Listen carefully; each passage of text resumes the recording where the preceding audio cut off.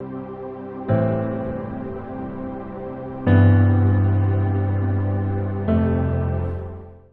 tema da minha mensagem hoje, a mensagem de introdução ao livro de Jonas é Deus, o principal personagem do livro de Jonas. Não sei se você sabe, mas o livro de Jonas, a história de Jonas, melhor dizendo, a história de Jonas, ela é citada nas 3 principais religiões monoteístas. Ela é citada no judaísmo, nós veremos aqui em 2 Reis. Ela é citada no cristianismo, pelo próprio Jesus Cristo. E ela é citada também pelo islamismo.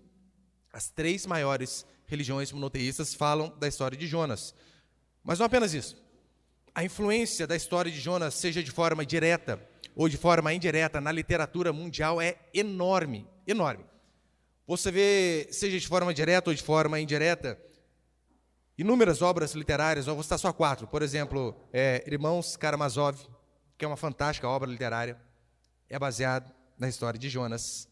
20.000 léguas submarinas, ou talvez, se já ouviu, Robinson Crusoe, o náufrago. E a mais conhecida, talvez, Moby Dick, que é espetacular também.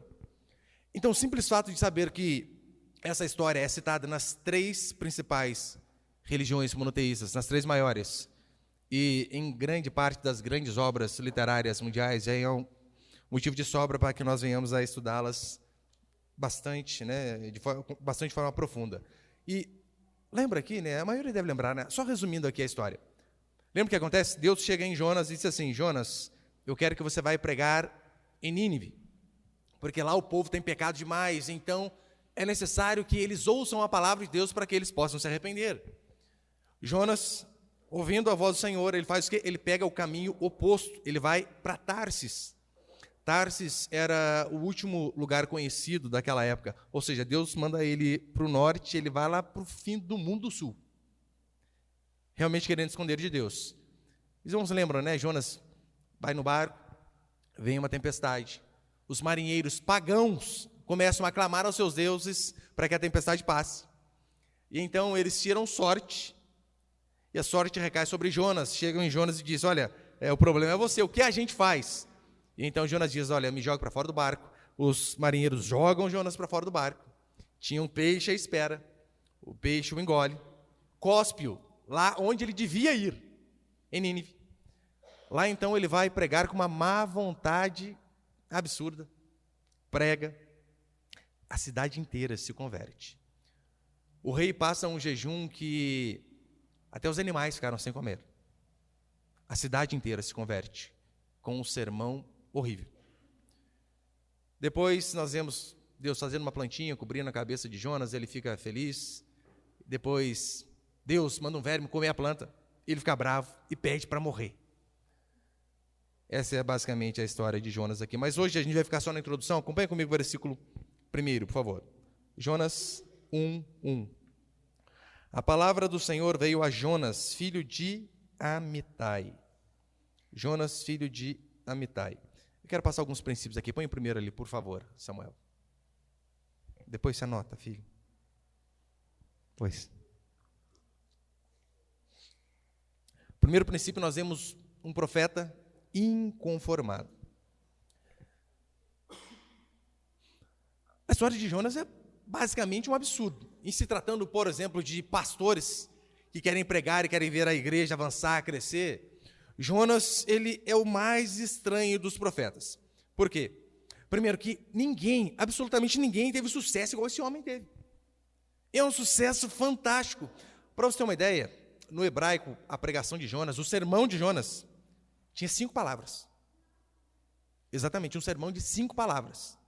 Traduzindo aqui, as melhores traduções é basicamente o seguinte: Jonas vem e diz aos ninivitas: ainda 40 dias e Nínive, essa cidade, será destruída. Imagina Jonas chegando aqui na nossa igreja: ainda 40 dias e Pinda vai ser destruída. E vai embora. Foi só isso o sermão dele. Pior, ele fez de tudo para que o seu sermão fracassasse. Por quê? Ele foi pregar indignado. Estava bravo com Deus. O preparo dele foi insatisfatório. E o sermão dele foi medíocre. Como assim? O cara chega e fala uma frase e vai embora. Qual foi o resultado? Um sucesso absurdo. Absurdo. 120 mil pessoas se convertem em um sermão de 5 palavras. 120 mil pessoas.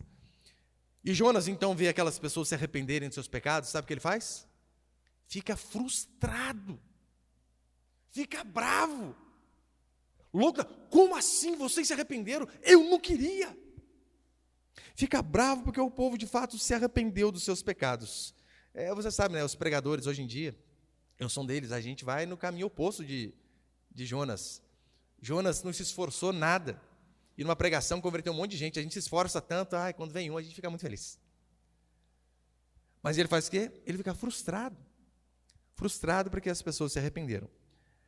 Só que eu sei que você, aí na sua mente, talvez assim como a maioria, nós desviamos o verdadeiro foco do livro. Porque quando fala para você a história de Jonas, qual é a primeira coisa que vem à sua mente? A maioria, né? A baleia. O peixe grande. Ou até mesmo Jonas. Sabia que esse peixe ele é citado apenas 2 vezes? A gente só lembra dele, mas ele é citado apenas 2 vezes. Os homens, eles falharam. Em que sentido? Em focar no grande peixe. Eles esqueceram de olhar para o grande Deus.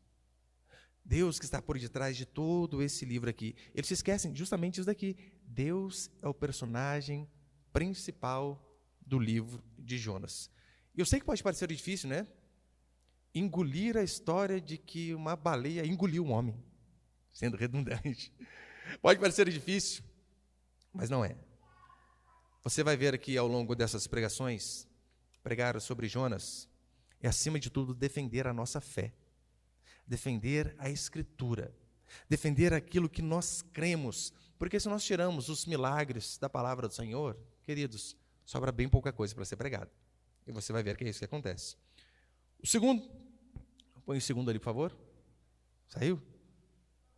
Obrigado. Segundo princípio, nós vemos o seguinte: Jonas, história ou folclore?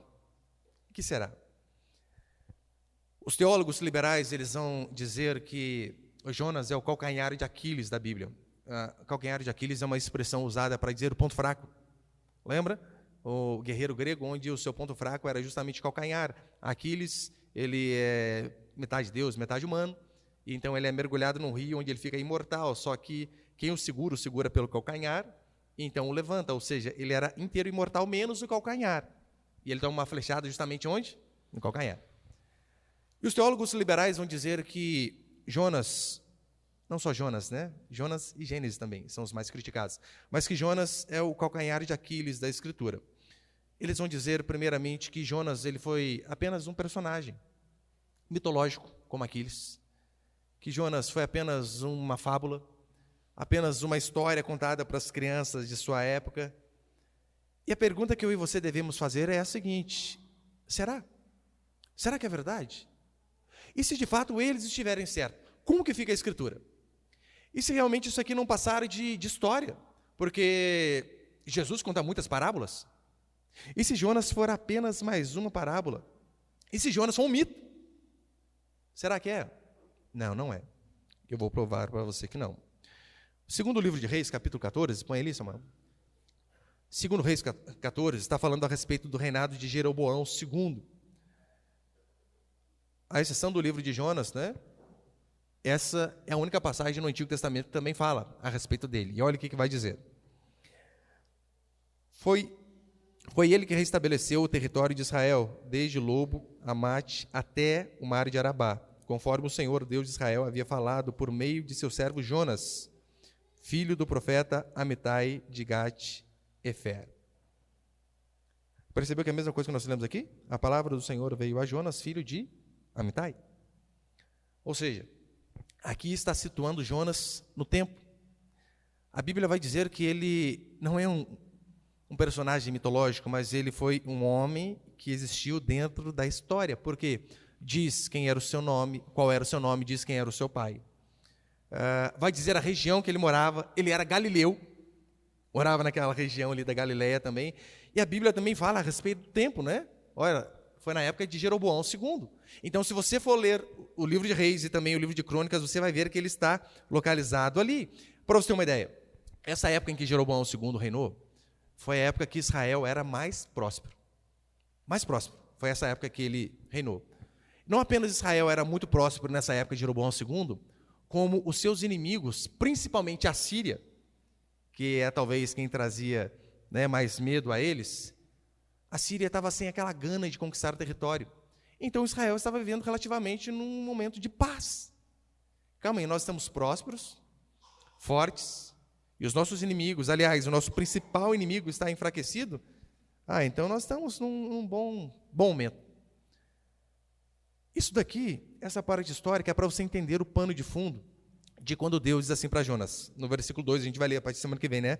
Vai agora à grande cidade de Nínive e prega contra ela. Você imagina, Deus está dizendo assim, olha, está tudo bem aí, povo de Israel, tudo certo? Próspero, dinheiro no bolso, saúde para dar e vender, os inimigos enfraquecidos? Sim. Jonas, vá a Nínive, capital da Síria, e prega a eles. A Síria era talvez o povo que mais trazia medo para Israel. Você imagina a cabeça de Jonas, como assim? O senhor está falando para eu ir lá e pregar para o inimigo? Tantas pessoas, o senhor quer que eu leve o evangelho a eles? Não vou não, senhor. Talvez por isso que ele correu. Não quis ir. A Síria era a única nação que poderia lançar sombra de perigo sobre Israel. Então Jonas ficou na dúvida, como assim? Pregar, vai que eu chegue lá e eles cresçam e venham nos destruir, como já fizeram diversas vezes. Por que você acha que os liberais, os teólogos liberais, eles dizem que Jonas não é um livro histórico, mas apenas um livro de fábulas? Um dos motivos está aqui, né? Milagre. Porque, convenhamos, um homem ser engolido por um peixe, 3 dias dentro, ser vomitado, isso aí não pode ser algo normal, não é algo normal. Sabemos que até esses grandes animais, né, quando eles engolem outros animais grandes também, o suco gástrico ali, rapidinho mata. E como assim? Então, por que os teólogos liberais eles dizem que Jonas não é histórico? Porque, primeiro, que eles não acreditam em milagres. E se eles não acreditam em milagres, eles não podem dizer que Jonas é verdadeiro. Porque se eles dizerem que Jonas é verdadeiro, eles vão estar se contradizendo, porque isso aqui notoriamente é um milagre. Mas veja, não é só o fato de Jonas sobreviver 3 dias dentro do peixe que é um milagre. Se você ler apenas esses 4 capítulos, um pequeno livro, você vai ver que, primeiro, Jonas não ser comido, começa lá pela tempestade. Jonas chega no barco para fugir de Deus, e então a tempestade, diz a Escritura, Deus manda. Depois diz a Escritura que os homens tiram sorte. O que acontece? Cai sobre Jonas. Jonas é lançado ao mar e tem um peixe ali já esperando para fazer a refeição. Esperando o lanche. E uau, e o come.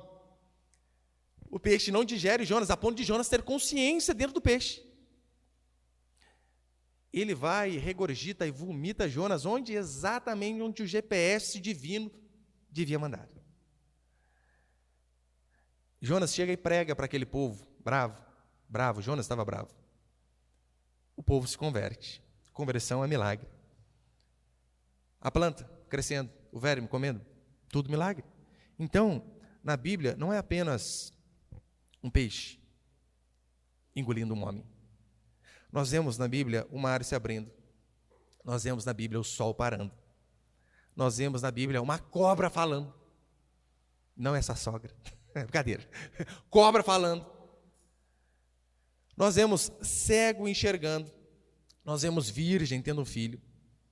Nós vemos mulheres estéreis sendo mãe. Se Jonas é folclore, todo o resto da Bíblia é folclore. Você não pode apenas escolher algumas partes da Escritura, ficar com algumas e rejeitar as outras. Ou você fica com toda a Escritura, ou você a rejeita por completo. Veja, há um fato registrado, né, nos anais do Almirantado Britânico, de um homem chamado... Põe ali, qualquer foto, Samuel, põe ali, por favor. James Bartley. Esse peixe aí é uma espécie de baleia, né? Na verdade é um cachalote. Qual a história de James Bartley? Você pode pesquisar na internet. Esse homem, ele estava com o seu grupo de marinheiros pescando, eles caçavam baleias, e então eles feriram uma baleia com o primeiro arpão, só que a baleia ficou muito brava, o cachalote, melhor dizendo, ficou muito bravo, a ponto de bater no pequeno barco ao qual ele estava, e James Bartley cai ao mar. O cachalote faz o quê? O come. No dia seguinte, a diferença foi essa, né? No dia seguinte, não foram 3 dias depois. No dia seguinte, aquele cachalote que já estava ferido pelo arpão, ele é pego e morto. Então, quando os homens estão lá abrindo o cachalote, eles veem um ser se mexendo dentro. James Bartley estava tendo espasmos musculares, estava se contorcendo de dor, mas ainda vivo. Eles partem essa parte do cachalote, arrancam James, e questão de 2, 3 dias, ele já estava normal de novo. Ele teve algumas sequelas, é verdade, né? Por exemplo, a história vai dizer ali, os historiadores, que sua pele ficou durante um bom tempo saindo como se fosse escamas, né? Saindo pedaços de pele. Mas ele ainda sobreviveu 18 anos depois de ser comido por um dia. Isso é um fato. Está lá, Almirantado Britânico, você consegue achar essas informações aí. Então, se esse homem sobreviveu a um dia no ventre de um peixe, de um cachalote, ora, por que Deus não pode intervir e fazer ficar um pouquinho mais? Agora, se eu e você admitirmos que Jonas não é real, que é apenas uma fábula, queridos, toda a Escritura também não passa de fábula. Não adianta, feche a Bíblia e conte histórias para suas crianças. E terceiro e último, põe ali, por favor. Terceiro e último princípio, se Jonas é um mito, Jesus Cristo é um farsante. Jesus é um farsante. No Novo Testamento, há referências a respeito do episódio de Jonas. Sabe quem o cita? Jesus. Mateus 12, põe ele, por favor.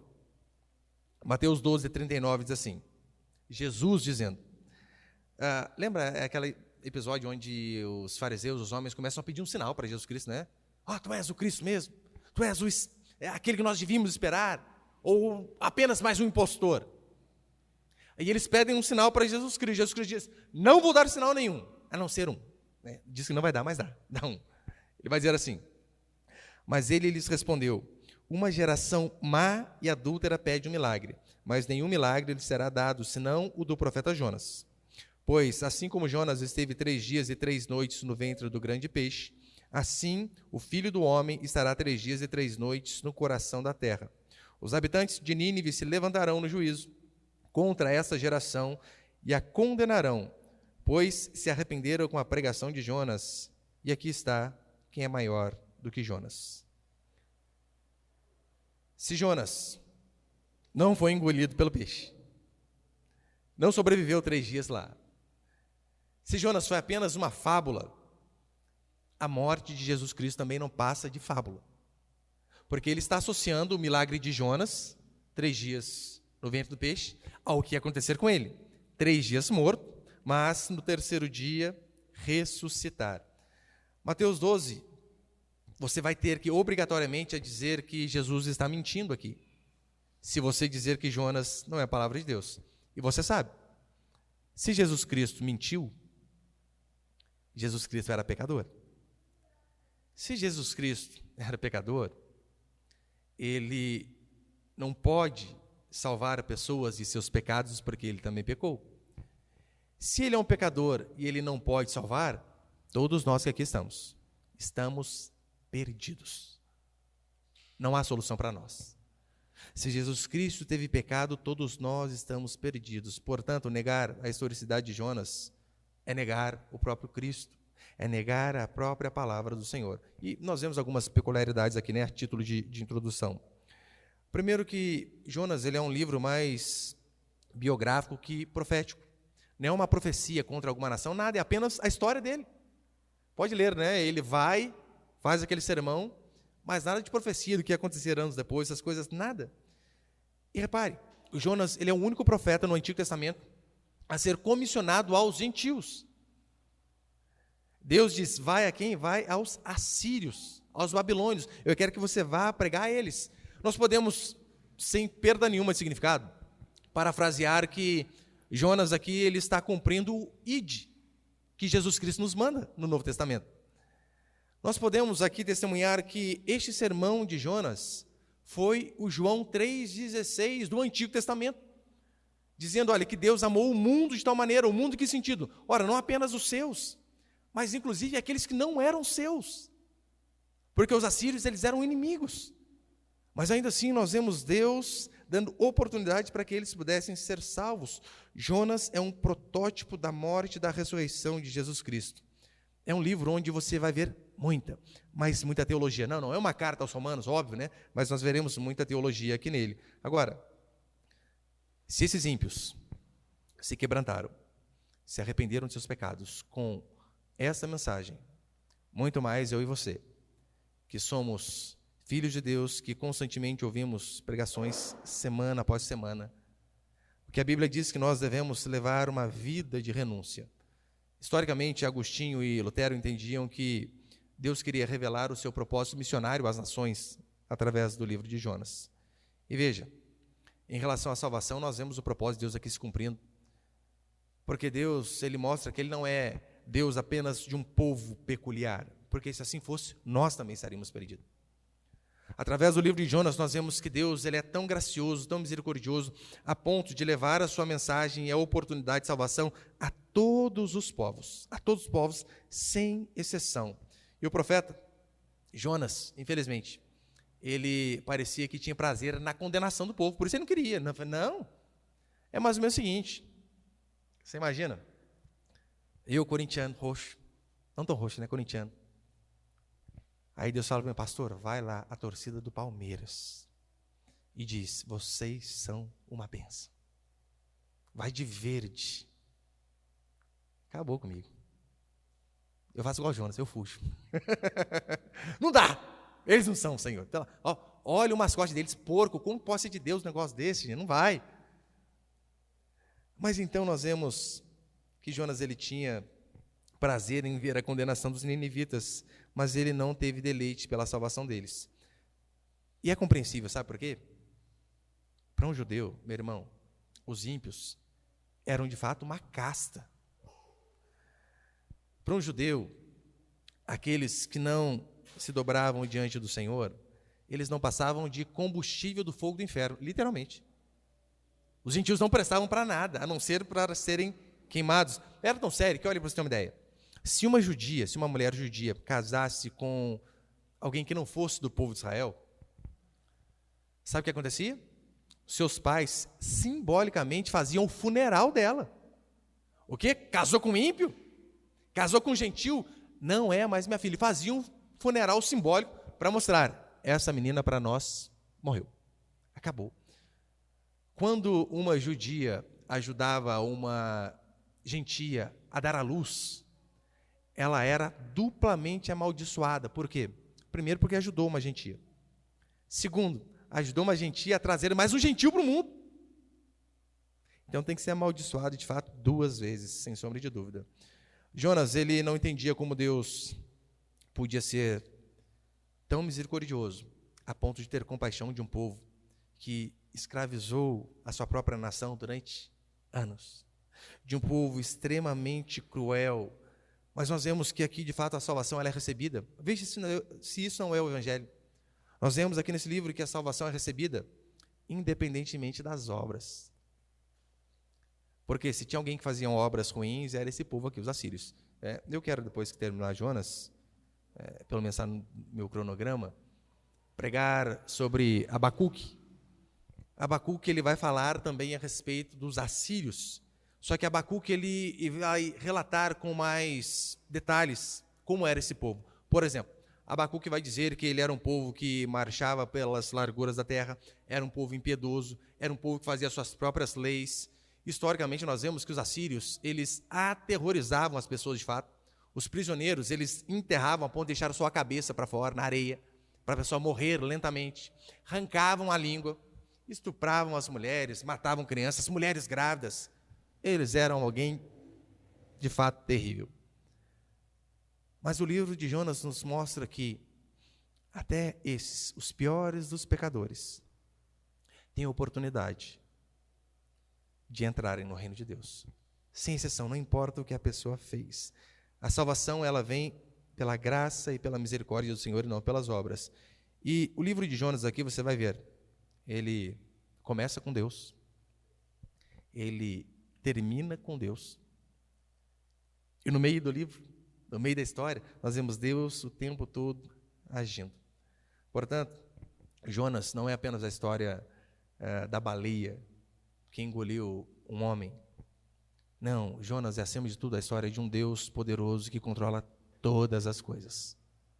Você vai ver o controle de Deus sobre a vontade humana. Você vai ver o controle de Deus sobre as plantas, sobre a fauna, sobre a flora, sobre os animais marinhos.